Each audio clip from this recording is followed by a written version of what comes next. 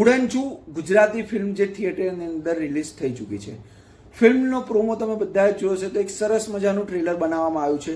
તો શું આ ફિલ્મ પણ એટલી જ સરસ મજાની હશે કે નહીં, સ્ટોરી કેવી હશે, સ્ટારકાસ્ટની એક્ટિંગ કેવી હશે અને શું ખરેખર આપણે ફિલ્મ જોવી જોઈએ યા નહીં, બધી જ વાત કરીશું આ વિડીયોની અંદર. પણ સૌથી પહેલા ચેનલ પર હવે પહેલી વાર વિઝિટ કર્યા છો, ચેનલને ફોલો જરૂર કરી લો. વિડીયો પસંદ આવે તો લાઈક અને શેર જરૂર કરજો. હું છું રુચિત શાહ, ધેટ ગુજ્જુ બોય ચેનલની ઉપર તમારા બધાનું હાર્દિક સ્વાગત છે. સૌથી પહેલા વાત કરીશું ફિલ્મની સ્ટોરીની.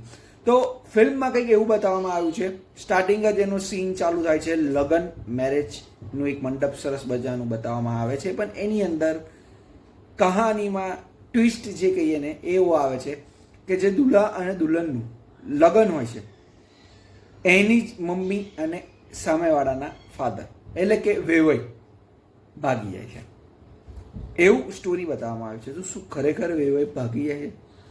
અને ફિલ્મની અંદર પણ એવું જ કંઈક બતાવવામાં આવ્યું છે કે જે આરજવ ત્રિવેદી જેની મમ્મી પ્રાચી શાહ બતાવવામાં આવી છે અને દેવેન ભોજાની અને આરોહી પટેલ એ બંને બાપ દીકરી બતાવવામાં આવે છે. અને એ બંનેના દેવેન ભોજાની અને પ્રાચી શાહના કોલેજ કનેક્શન કંઈક નીકળવાના છે. શું બંને વચ્ચે લવ હતો, કઈ રીતના આગળ વધશે અને ફિલ્મનો એન્ડ શું આવશે એ જાણવા માટે તમારે ફિલ્મ જોવાની રહેશે. સાથે સાથે આરોહી પટેલને મેરેજ માટે જે છોકરા બતાવે છે અડકતરી રીતના કંઈક ને કંઈક રીતના ના પાડે છે. તો શું આરજવ ત્રિવેદીને હા પાડશે યા નહીં?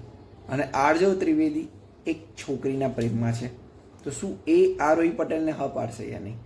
બધું જ કોમેડી ડ્રામા તમને આ ફિલ્મની અંદર જોવા મળવાનો છે. તો ફિલ્મમાં એન્ડમાં શું થશે?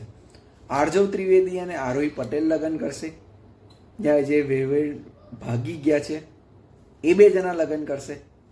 શું થશે એ ગેસ કરવું અઘરું છે, પણ ફિલ્મના એન્ડમાં આનું કન્ક્લુઝન જરૂર મળશે. ફિલ્મની કોમેડી સારી છે, બટ ફિલ્મની સ્ટોરી મારા હિસાબથી થોડીક સ્લો છે, જે થોડીક ફાસ્ટ કરવા જેવી હતી.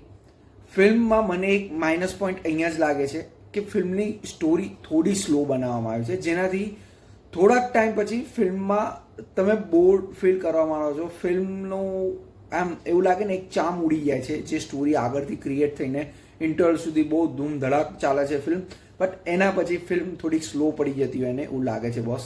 તો મેકર્સ એન્ડ સ્ટોરી રાઇટર્સ કે આના પર થોડુંક વર્કઆઉટ અગર કર્યું હોત સારું તો કદાચ આ ફિલ્મ સુપર ડુપર હિટ થઈ શકતી. બટ ફિલ્મ સો થઈ જાય છે આ સ્ટોરીના લીધે.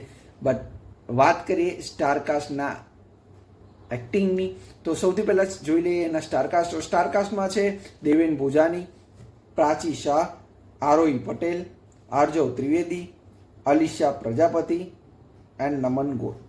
વાત કરીએ એક્ટિંગની, ઓલમોસ્ટ બધાની એક્ટિંગ સારી છે. કોઈ એવો સ્ટારકાસ્ટ નથી જેની એક્ટિંગ બેકાર હોય. જેમ પહેલાં કહ્યું તેમ સ્ટોરી થોડીક ફીકી પડી જાય છે, બાકી એક્ટિંગમાં કોઈ ફીકું નહીં પડે બોસ. એક્ટિંગ એકદમ ચકાબૂમ જેવી એક્ટિંગ છે એવું કહી શકાય. તો વાત કરીએ રેટિંગ્સની તો શું આપણે આ ફિલ્મ જોવી જોઈએ નહીં? તો યસ, જે લોકોને આવી થોડીક નાની શોર્ટ કોમેડી અને વેવણનું વચ્ચે થોડાક ટાઈમ પહેલાં ઘણું બધું ઉપડ્યું હતું કે છોકરા છોકરી બાજુ પર અને વેવણ ભાગી જતા હોય છે, એવું જ આની અંદર પણ બતાવ્યું છે. થોડું ઘણું નહીં, આખી સ્ટોરી જ એના પર છે. બટ યસ, તમને જોવાની આવી બધી પંચાયતવાળી ફિલ્મ જોવાની મજા આવશે.